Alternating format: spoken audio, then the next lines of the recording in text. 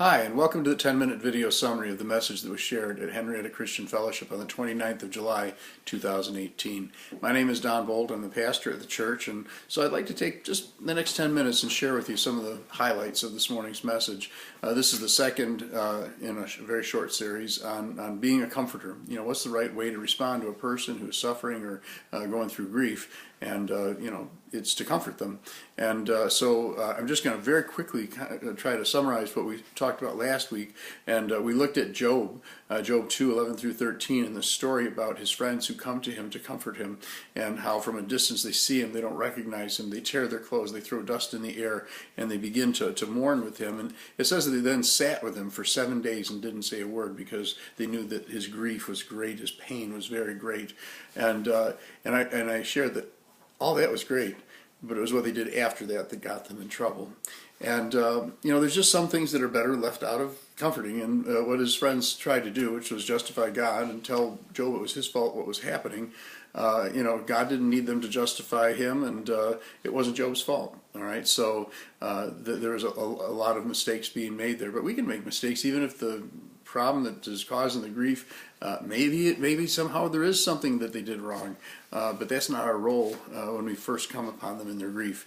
It's to comfort them, and so we're talking about how to comfort them, and so just moving along through this, there's some things that are very definitely a part of comforting. Come alongside the person, okay? You need to go to them, and if at all possible, help them. Listen, respond appropriately. That's a bit of an art and there's actually a book, The Art of Listening with Love, that would help you if you're having difficulty with that. Let them talk. My brother was just called the widow of a friend of his that had passed away, and she called him to let him know, and he just gave her the opportunity, and she just talked.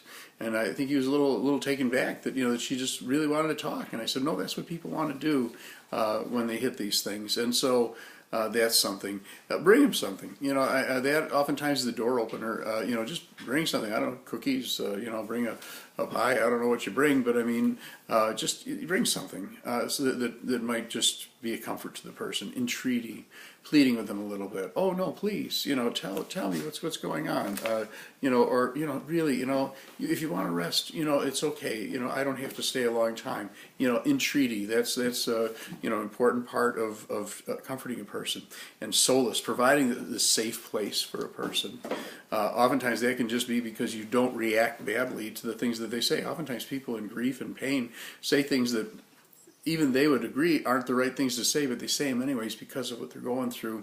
And being a solace, somebody who can be sensitive to what might ease that person's pain, letting them talk, letting them say things that they need to say, whether they're right or not.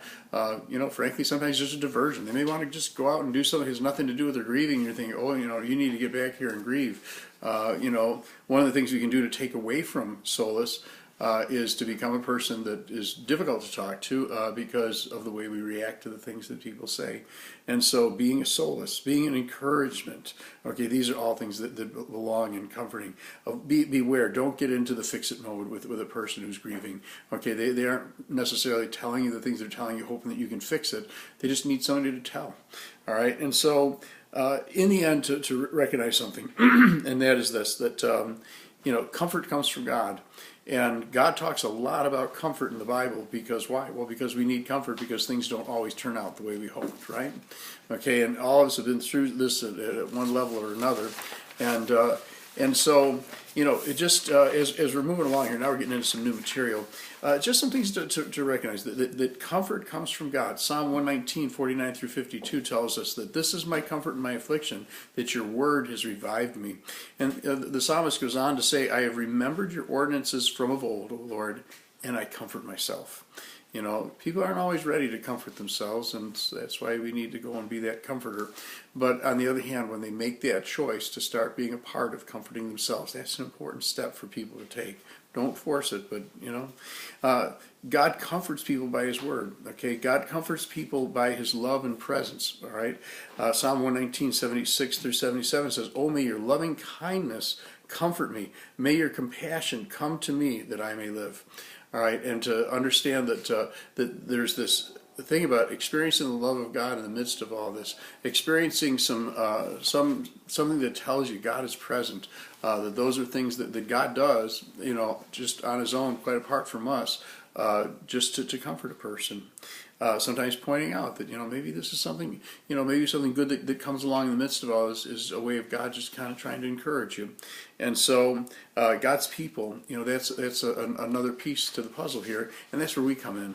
And the Apostle Paul's talking to Philemon in chapter 1, verses 6 and 7. There's only one chapter in the book, but he says something to Philemon. He says that he says, "For I have come to have much joy and comfort in your love, because the hearts of the saints have been refreshed through you." And and to understand that isn't it a good thing for us to become somebody that a person can say that I have found comfort and joy in the love that you expressed to me and to other people, and that's been expressed in ways that mean a lot to me and help me in the midst of the difficulty that I'm going through. And so to become that person, it's hard to know how to comfort unless you've been comforted.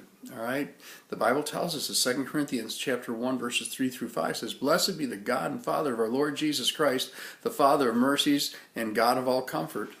Okay, God of all comfort, right? "Who comforts us in all of our afflictions." And I want to emphasize a couple of words here. So that. He comforts us in all of our afflictions so that we will be able to comfort those who are in any affliction with the comfort with which we ourselves have been comforted by God. All right, I want you to understand that part of God comforting us in the midst of our difficulties is He's preparing us. He's trying to show us how to comfort others. All right, because this is one of our roles, a very important role. And as far as being a door opener for witness, being that person who truly is a comfort to somebody who's going through pain or difficulty is an important thing. And so, to recognize also, sometimes there is no comfort here. Sometimes people just say, I just can't find any comfort here. And that may well be true. I know we want to see if we can't figure out some way for them to find that. But there is this other thing. 2 Thessalonians 2:16 and 17 talks about how God has given to us eternal comfort and good hope by grace. That there are some things that are never going to be fully dealt with here, and it's that eternal comfort, that comfort in eternity that I recognize that although I may never quite grasp, I never be able to process, I may never be able to resolve what I'm going through now, and understand this is true of the person that you're dealing with. Sometimes the comfort comes in eternity. That isn't necessarily good news to them in the midst of their greatest pain, but at some point, you begin to talk about that, I don't know how this is going to be answered here, but be assured, God has His eye on you, and He intends to comfort you for eternity with Him. That's not something to say on the first day, but maybe eventually that starts to make its way in, that you recognize that this grief may be so great that the real answer is going to come in eternity. And, to understand that sometimes the comfort just has to come directly from God, and we are just support services. To recognize that, for some people, faith means getting your way. For other people, it means standing faithful in the face of great difficulty and suffering. And when your prayers seem unanswered and your questions go answered too, there comes this point where, and this is, beyond comfort, what is there? Once a person has been comforted, why does God comfort us? He comforts us to restore us. He comforts us to bring us back to a place where we can move on with our lives. And a lot of people who go through great suffering find comfort and find a way to stand back up by taking out a very militant kind of faith. And I look at Job, and I'm going to close out pretty much with this. That Job said, "Hey, though He slay me, I will hope in Him." And so our willingness to walk with someone through difficulty and pain helps them to rise and go on. All right, and that sometimes people who are suffering are in God's school of suffering, and they are learning there, and there's nothing that we're going to do to get them out of there, but we can be a comfort to them in the midst of it. Not being afraid to step into a person's world, to step into that place where they are hurting, and just be with them. That Christ's great command, His great commission, and then finally His great promise. His great promise was, I am with you always, even to the end of the age, and I will never leave you nor forsake you. And with that, I'm going to say God bless you, and we'll see you next time on the 10-minute video summary.